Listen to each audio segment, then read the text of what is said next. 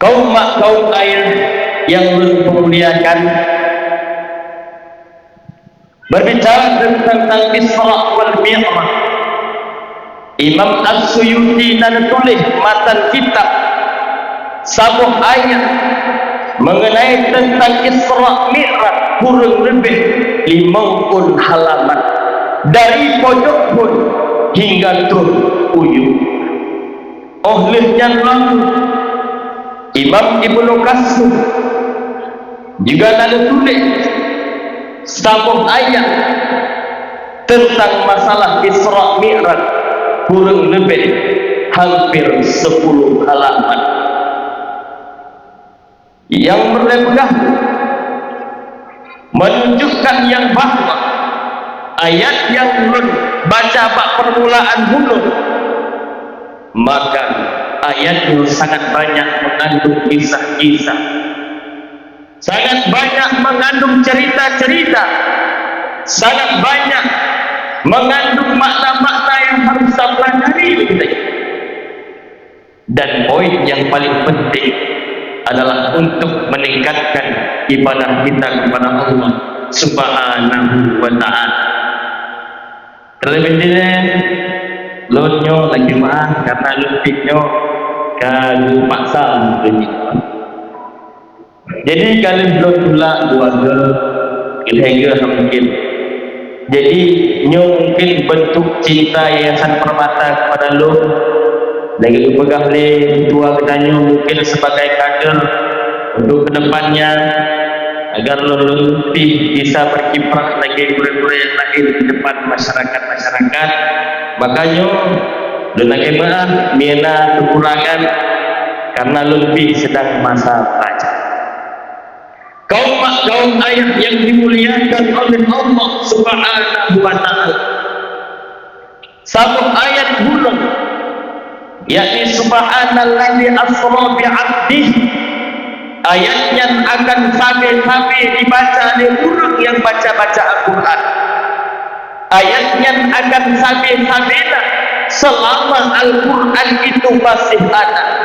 Tetapi yang perlainan pegahku urusi tuan bantu sabuh ayatnya niat tatim renungi lebih tatim pelajari lebih bejitlah sabuh ayatnya menjadi pelajaran yang terbaik bagi kita, sehingga kita akan pernah takwa sebahagia. Kaum ayat abang-abang tuan dan bandung Iman kumpul kita bandung dan lepatih Isra Mi'raj, dan lepatih Isra Mi'raj, patih dengan puja, ya dengan bulan. Minta pakai logika kita, logika manusia, sungguh hantar patih, pakai namgah hantar patih, karena yang tak pakai pikiran roh. Tetapi ya Allah Subhanahu wa ta'ala berkehendak, ya Allah yakni jangankan Isra Mi'raj, lebih daripada Isra Mi'raj pun akan terwujud bak Nabi Muhammad sallallahu alaihi wasallam. Lebih daripada Isra Mi'raj pasti akan terjadi bak Rasulullah sallallahu alaihi wasallam. Patut tunggu tak pahami bahawa Rasulullah sallallahu alaihi wasallam ni Isra Mi'raj dibalik Allah, nekun di Allah Subhanahu wa ta'ala di dalam Al-Quran. Subhanallazi asra bi'abdihi, Maha suci Allah yang telah memberangkatkan hambanya yakni Nabi Muhammad. Artinya apa? Rasulullah kehendak itu, tapi demi Allah Subhanahu wa ta'ala. Logika di gampang bumi ayat yang mengandung mesra kita nyom sino kita kali wate musim rambut bak rambutnya nasi dok wate dapat rambut lepong rambut. Kemudian rambutnya diekspor ke Medan, sehingga terus pedih ke Medan. Itanya ni sidok yang na di Medan pandai kacak dari kutasan pasti han akan dipadik, han mungkin sidok yang han bisa sampai ke Medan. Betul memang Mia tak pakai logika sidok, tak pakai logika manusia, tetapi dia sidoknya iba lempo rambut. Maka jangankan ke Medan, Jakarta pun akan truk. Jangankan Jakarta, Malaya pun akan truk. Menansib baginda Rasulullah sallallahu alaihi wasallam. Rasulullah sallallahu alaihi wasallam gejak Isra Mi'raj kan gejak tidur, tapi Allah subhanahu wa ta'ala yang memberangkatkan dari Masjidil Haram ke Masjidil Aqsa. Inilah yang dinamakan dengan Isra. Dari Masjidil Aqsa hingga terus ke Sidratul Muntaha. Inilah yang dibenar dengan Mi'raj, bahasa Aceh kita Mi'raj. Hingga terus merempah Allah subhanahu wa ta'ala hingga diterima, yakni ibadah yang sangat mulia, yakni ibadah sembahyang sehari semalam 5 waktu. Kaum mak, kaum ayah, abang-abang, tuan dan bantu, rupa-rupanya segala Isra Mi'raj Nabi nak pernah duduk dalam ilmu musti. Makna tubuh amul musian Don Bunda. Bahkan dipenan dengan Don Bunda karena bakna saja rumah yang paling dicintai, rumah yang tadi-tadi kebantu dalam berdakwah, yakni Siti Khadijah dipanggil oleh Allah subhanahu wa ta'ala. Nana doa mengibat-ibat cinta Khadijah kepada Rasulullah dan cinta Rasulullah kepada Khadijah. Nana doa wate habis harta Nabi nekat le Khadijah, ya Rasulullah, bila seandainya lengkah hanale lengkah meninggal hanale harta tu hajat dan bandule, maka numpuh kupulung keputujuan nucok tulung ngepakai bak tempat-tempat yang kira-kira perlu bisa berdakwah. Begitulah cinta Khadijah kepada Rasulullah sallallahu alaihi wasallam. Berbeda dengan Khadijah Dino, ataupun berbeda dengan urung-urung ilang lainnya. Urung-urung Dino Mia pun mengkawin yang diasahi dengan pasangan mesra. Wate buka semua wake up my hand, bahasa lembut ini. Tapi setelah 5 tahun, setelah si perempuan kemudian wate kanak itu, yang intonasi pun pasti akan berubah. Benar. Kalau dia jumpa wate Islam menansib sang suami menya harap-harap kawin dan wate berkahaban dunia tapi wate kalau kawin dan puwantang dilaki di pasangan tetap tak usaha akan tajuk mihana aja deh menya pun kawin dan tetap tadi nasihat tugas gajah di dek sampai rumah mia rumah licin gitu nyat pun kawin. Wate kalimah pun kawin. Wate kana anu sabuk. Diplom pun kawin kana anu wapuk depok. Nyat intonasi pun akan berubah. Bacu mesantong. Bacu berdiri rumah. Magaji kajak pakai mata. Bacu berubah. Kapakai mata wate kajak pakai mata. Ilaga ule mantem. Tetapi Rasulullah tidak demikian dengan Khadijah. Di saat Rasulullah sedang sayang-sayangnya dengan Khadijah, Khadijah lebih harta untuk berdakwah Nabi. Bukan saja dibantu dengan tetapi jiwa raga harta dibantu Nabi dalam berdakwah. Di saatnya Khadijah meninggal. Oh, terusnya paman tercinta Rasulullah. So paman Nabi umi sekalian. So paman Nabi Abu Thalib. Oh, leh meninggal itu Khadijah. Leh yang kembali duka cita dialami oleh Rasulullah, yakni meninggal Abu Thalib. Patiban perjuangan Abu Thalib dengan Rasulullah. Abu Thalib pernah deket bak penduduk kota Mekah. Wahai penduduk kota Mekah, bila seandainya umroh ke Rasulullah, jangankan tentu boleh Nabi hak sini siap tubuhnya loh lang anuh yang negernya Abu Thalib. Abu Thalib itu siapa? Abu Thalib itu adalah merupakan kepala suku Bakwadenya. Jadi umi-umi Bandung, abang-abang lu miebak masa dine hana kepala suku yang lindungi getanyo, maka getanyo akan goyah, getanyo akan diejek, getanyo akan dihina, getanyo akan dikucilkan. Tak ubahnya lagi Rasulullah sallallahu alaihi wasallam meninggal Abu Thalib. Allah meninggal Abu Thalib. Bilal bin Rabah mulai disiksa. Allah meninggal Abu Thalib. Umat-umat Islam mulai diolok-olok. Umat-umat Islam yang baru masuk Islam mulai diejek.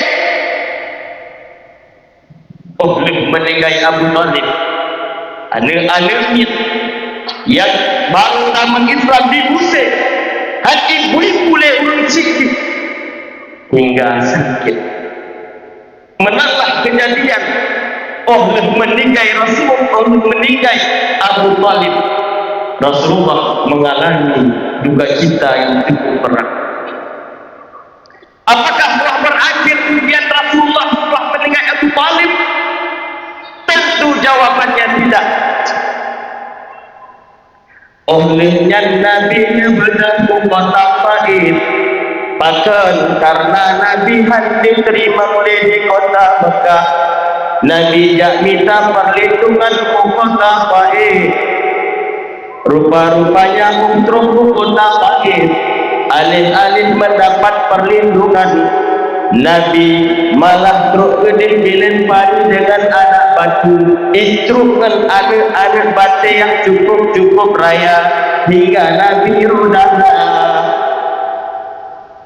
Ibnu Nabi berdiam diri di kota Taif. Masjid Raul yang tempatih ke haba Rasulullah, Masjid Raul pintan yang tem dengar Rasulullah, yang tem ikut ajakan Rasulullah. Bak watenya neken bak Zaid bin Harisah. Wahai Zaid bin Harisah, hana fungsi lagi tanyota tinggal di kota Taif. Mari kita nyota kembali ke kota Mekah bak tempat semula. Bahkan watenya yang paling sedih, kaum muslimin wal muslimat yang dimuliakan oleh Allah, wate Nabi jakmo dikende raja kota Taif, Haji tua ilai Muhammad segala gata mendapatkan penyiksaan daripada suku sakit yang berada di kota Taif. Maka pu yang dilakukan penduduk sakit bak masanya di pesapat Mandung Urip,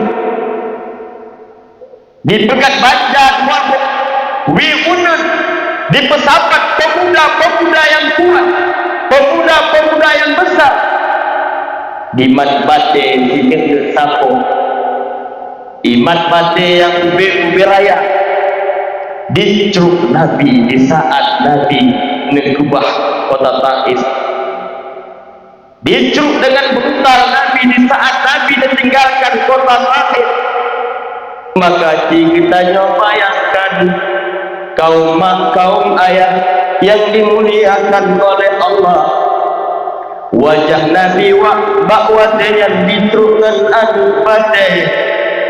badai beberaya wajah Nabi yang kita rindukan, yang kita dambakan, yang kita ingin merempak dengan Nabi dan melihat wajah Nabi. Tetapi bakwatnya wajah Nabi tersebutlah yang pernah dilempari dengan bebatuan wiunan, sehingga bakwatnya bahkan Nabi melungkop-lungkop ditulak di urung-urung penduduk suku Sakif. Maka luar biasa ujian yang dialami oleh Rasulullah sebelum Rasulullah Isra Mi'raj. Istri tercinta meninggal, kemudian ulihnya Abu Thalib pelindung Nabi juga meninggal. Di kota Mekah Nabi diusir, sehingga Nabi berangkat ke kota Taif untuk yang minta perlindungan. Rupa-rupanya di kota Taif ujian yang dialami oleh Rasulullah lebih berat loh. Maka akibat perjuangan Rasulullah ini sekalian cukup sedih, sehingga Nabi berhasil melewati ujian tersebut, cobaan tersebut, sehingga duduk di bulan. Itulah dia Isra Mi'raj. Hitung segala Isra Mi'raj, hitung penuh Rasulullah mengalami bunda cobaan yang luar biasa yang dihadapi oleh Rasulullah Sallallahu Alaihi Wasallam, sehingga berhasil melewati oleh Rasulullah, sehingga lepas Isra Mi'raj oleh Allah Subhanahu Wa Taala dari Masjidil Haram ke Masjidil Aqsa, dari Masjidil Aqsa hingga terus Sidratul Muntaha, sehingga merempak Allah Subhanahu Wa Taala dan menerima ibadah sembahyang, yakni sehari semalam di Mekah setelah dinegosiasi oleh Rasulullah. Yang gak maklum lagi ditanya bahwa dasar sembahyang yang wajib oleh Allah adalah 50 wali. Karena Nabi ini ingat umat yang cukup lumpuh, yang super sibuk dengan pekerjaan, maka ikrar Nabi ini lagi puluh hingga terus sampai 50 wali. Maka yang perjalanan singkat Nabi Isra Mi'raj, tentang berbicara tentang Isra Mi'raj, tentang erat kaitannya dengan sembahyang. Maka sembahyang yang wajib di Allah Subhanahu Wa Taala, sekuat-kuat kita, sebanyak-banyak kita, jangan pernah kita meninggalkan ibadah solat. Karena kata Rasulullah Sallallahu Alaihi Wasallam, as-salatu ibaduddin. Solat itu adalah merupakan tiang agama. Faman aqamaha faqad aqamaddin. Barang siapa yang mendirikan solat, berarti dia telah mendirikan agama Allah. Wa man tarakaha, dan barang siapa yang meninggalkan solat, bahayanya faqad hadamaddin, berarti dia telah meruntuhkan agama Allah, meruntuhkan agama yang dibawa oleh Rasulullah Sallallahu Alaihi Wasallam. Padahal kita yang sama-sama tahu bahwa perjuangan Rasulullah dalam menyebarkan agama Islam ini begitu luar biasa sedih, begitu luar biasa capeknya. Beliau rela berperang, beliau rela dilempari bebatuan, beliau rela dicaci maki. Itulah perjuangan Rasulullah Sallallahu Alaihi Wasallam. Maka jangan pernah kita meninggalkan sunnah. Dan sama halnya begahli ulama, orang yang tinggal sembahyang, yakni guru-guru yang beribadah tetapi tanpa didasari ilmu agama. Dia sembahyang sehari semalam 5 waktu, tetapi dia tidak tahu cara menutup aurat. Dipakai baju kemeja yang kadang dihusat. Dia sembahyang sehari semalam 5 waktu, bahkan dia yang menjadi muadzin. Tetapi kalau sholatnya tanpa didasari ilmu agama, maka ini sama halnya dengan meninggalkan sholat. demikian jamaah Isra Mi'raj yang kemuliaan Allah Subhanahu wa ta'ala. Karena nan pegah di dalam kitab Al-Ubah, Ibnu Ruslan pernah mengatakan di kitab Tauhid yang cukup ceknya punna yang sifat 20 Quran pegah di sini. فَكُلُّ مَنْ بِغَيْرِ عِلْمٍ يَعْمَلُ أَعْمَالُهُ مَرْدُودَةٌ لَا تُقْبَلُ فَكُلُّ مَنْ بِغَيْرِ عِلْمٍ يَعْمَلُ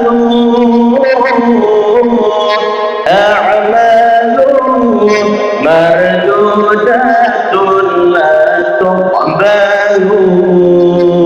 Setiap orang yang beramal tanpa ilmu, amalnya tertolak dan dianggap palsu.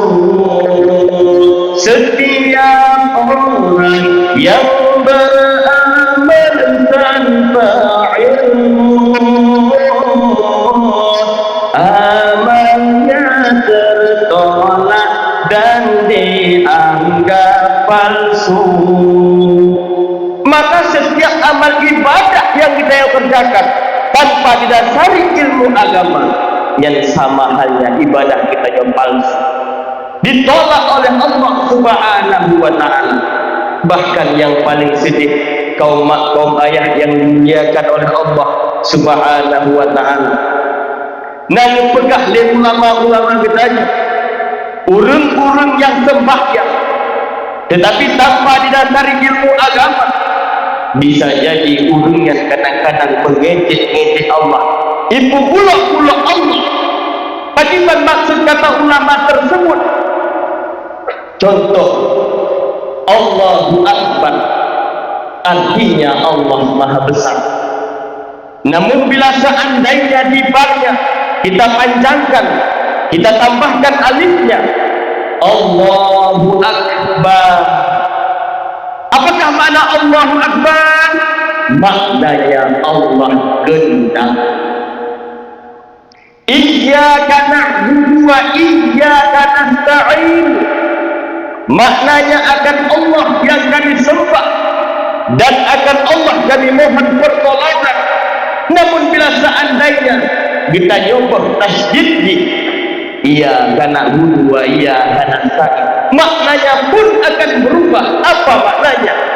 Akan matahari yang kami sembah dan akan matahari kami minta pertolongan.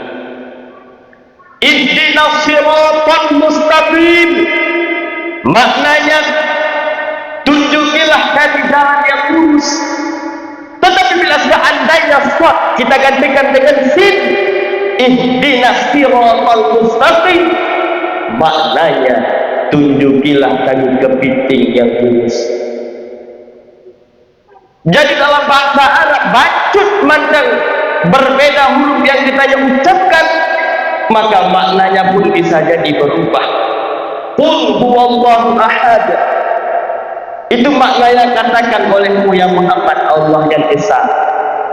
Tapi ternyata ubah qaf tersebut menjadi qul huwallahu ahad, makan olehmu ya Muhammad, Allah itu esa. Maka wajar kepada ahli ulama, urang yang ibadah tanpa dasari ilmu agama, nyok kadang-kadang urangnya bisa jadi tengah diejek-ejek Allah, bisa jadi tengah mengejek-ejek Tuhan. Hayya 'ala shalah, maknanya marilah kita salat. Tetapi kalau shadnya kita gantikan dengan sin, hayya 'ala shalah, maknanya pun akan berubah. Makna itu hayya 'ala shalah, mari kita berperang. Yang dasarnya marilah kita salat, maknanya berubah, marilah kita berperang. Wajar kepada ahli ulama, urang-urang yang ibadah hati tidak hati merenung, maka bisa jadi urang yang tengah diejek-ejek Allah, dionok-onok Allah. maka perlu kita yakin di malam yang berbahagia. Nah, heboh golongan yang bila seandainya kita ibadah salah dalam beribadah, nyonya pemaaf oleh Allah Subhanahu wa taala, dianggap uzur syar'i oleh Allah Subhanahu wa taala. Mudah-mudahan beruh bedanya heboh golongannya. Yang pertama, yang pemaaf di saat salah dalam beribadah. Yang kepun ialah mu'alas, urung-urung yang baru tamu Islam dengan wante-wante tertentu. Diplom malam penanggilan malam. Mu'alaf, orang yang baru masuk Islam, salah dalam beribadah, Fatihah hanfah, tahyid hanfah, takbir hanfah, karena yang berkauli hanfah. Di saat kita sembahyang, salah mu'alaf tersebut dalam beribadah, nyo dianggap uzur syar'i. Ini pemaaf oleh Allah Subhanahu wa taala. Kemudian yang kedua, semua yang pemaaf oleh Allah di saat kita salah dalam beribadah. Yang keduanya adalah urung-urung yang tinggal di hutan belantara, jioh dengan ulama, jioh dengan para teguh, tidak ada jaringan, tidak ada tempat untuk berdaya, tidak ada tempat untuk belajar sholat, tidak ada tempat untuk membenarkan bacaan Fatihah. Maka di saat orang di hutan belantara salah dalam beribadah, maka nyo juga dianggap uzur syar'i oleh Allah Subhanahu wa taala. Pemaaf oleh Allah Subhanahu wa taala. Yang sang handruh nyo golongan iyo. Yang kedua, mudah-mudahan ruh nyo kaum mak, kaum ayah, abang-abang lingkungan Bandung. Yang kedua adalah orang-orang yang sedang dalam proses belajar.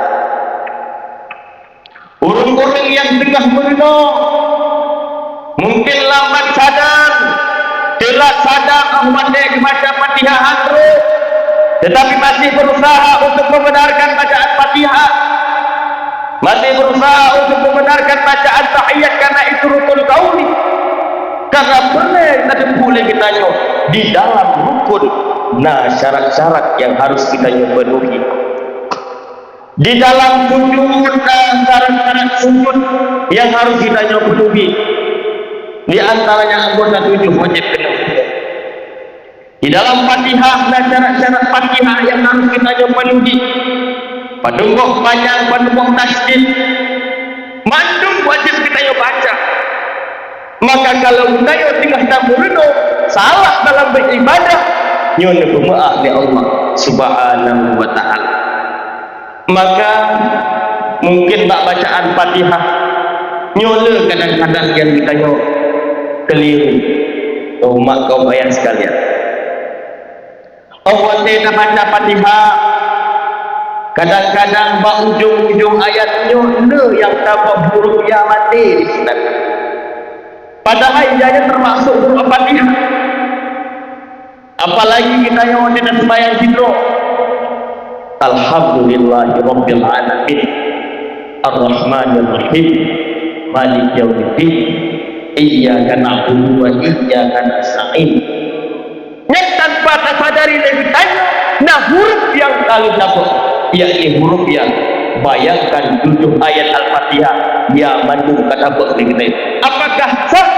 Tentu jawabannya tidak. Bahkan menang kata dalam kitab menang pegang padunggoh Al-Fatihah wajib kita baca betul. Minimal harus panjang untuk dibaca. Alhamdulillahirabbil alamin, Ar-Rahmanir Rahim, Maliki yaumiddin, Iyyaka na'budu wa iyyaka nasta'in. Baca harus banyak. Muhan gada ya mati. Gada di sidan mat arif disebut. Ataupun dah sambung dengan dia setahun itu. Tembiuk perlu bagah.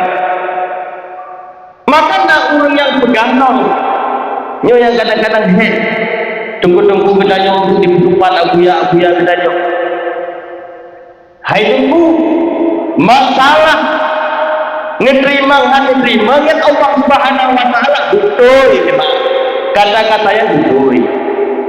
ngeterimang hanebang yang ba Allah.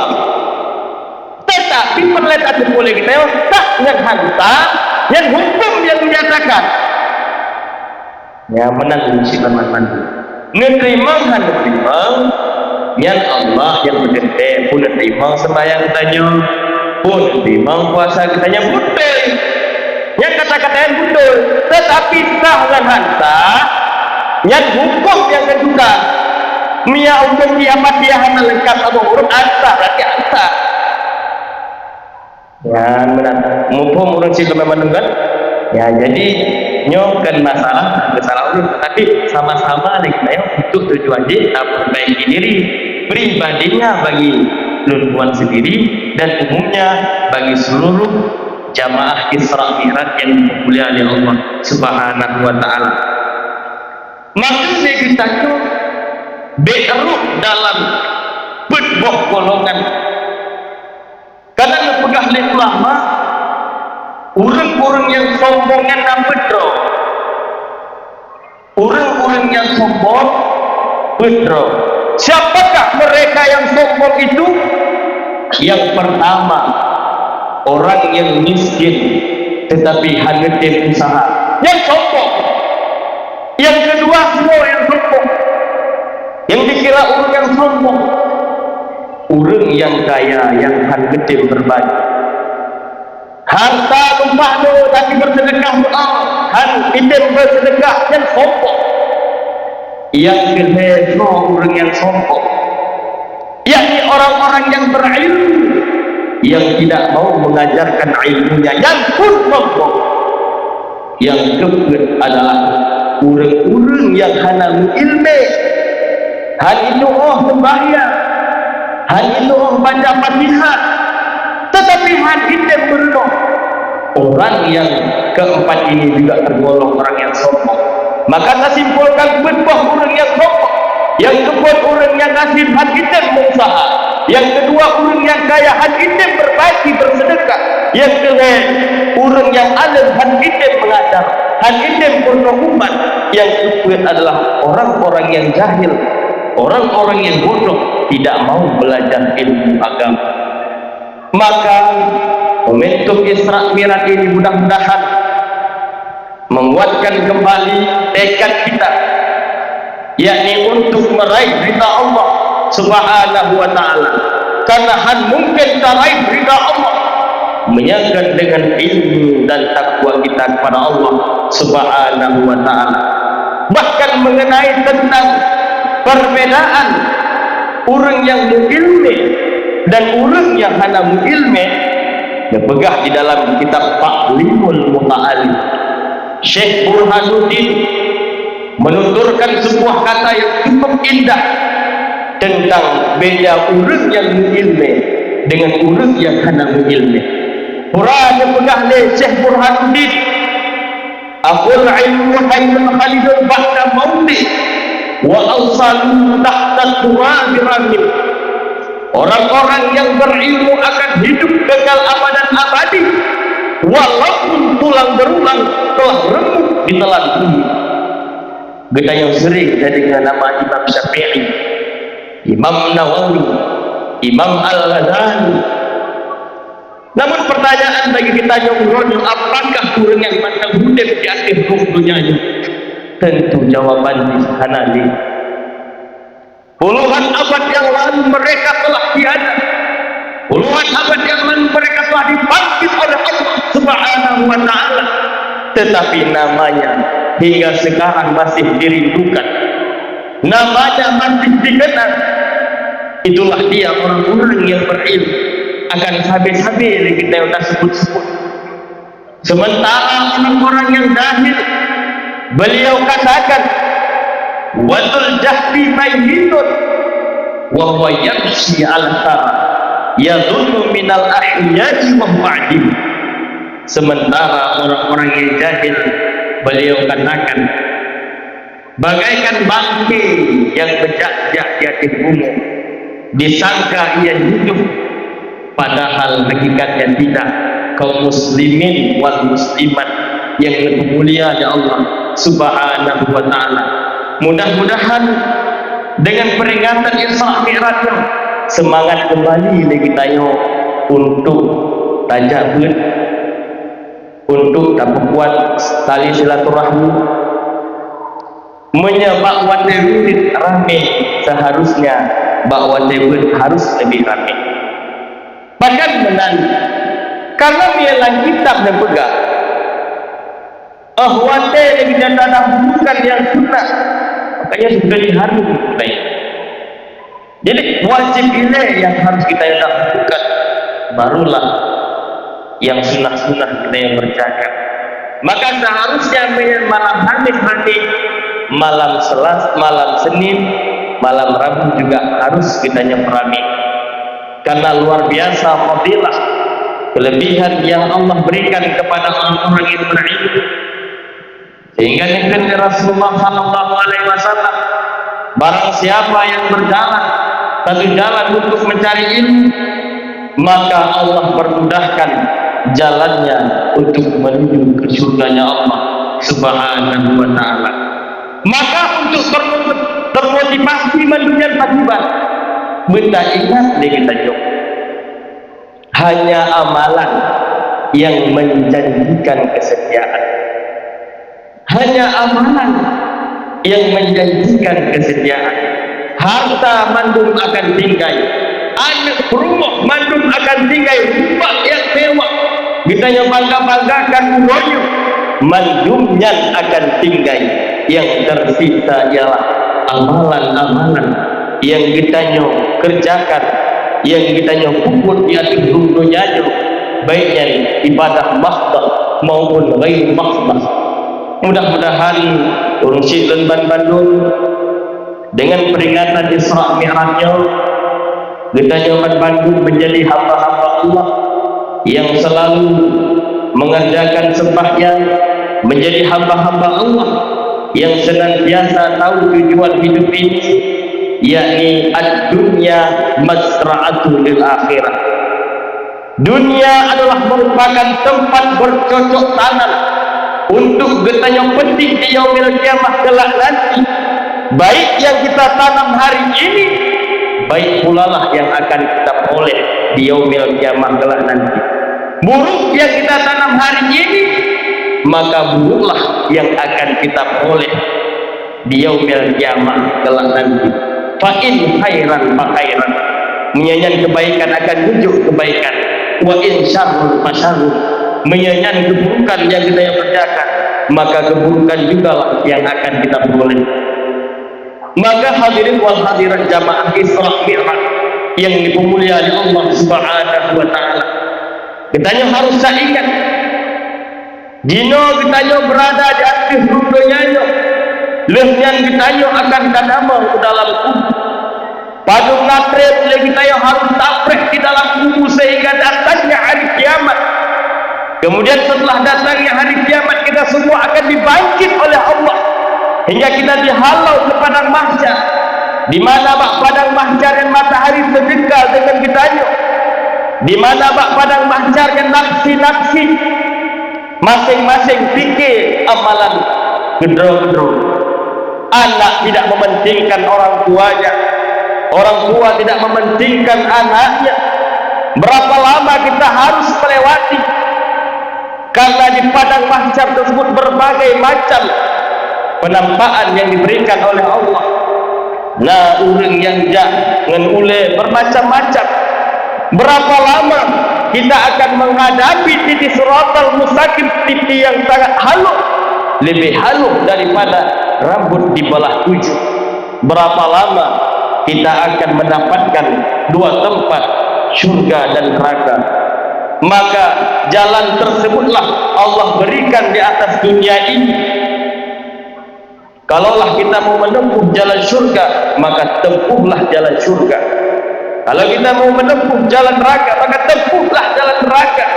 Karena Jibril pernah lebih nasihat kepada Rasulullah, yang nasihat yang sebenarnya hakikatnya adalah kepada kita nyobat batu. Pura nasihat yang diberikan oleh malaikat Jibril kepada Rasulullah, yang nasihat yang merupakan hakikatnya kepada kita sebagai umat yang syukur ismat kita fa innaka mayyitun. Hiduplah sesuka hatimu, tetapi ingat kelak engkau akan mati.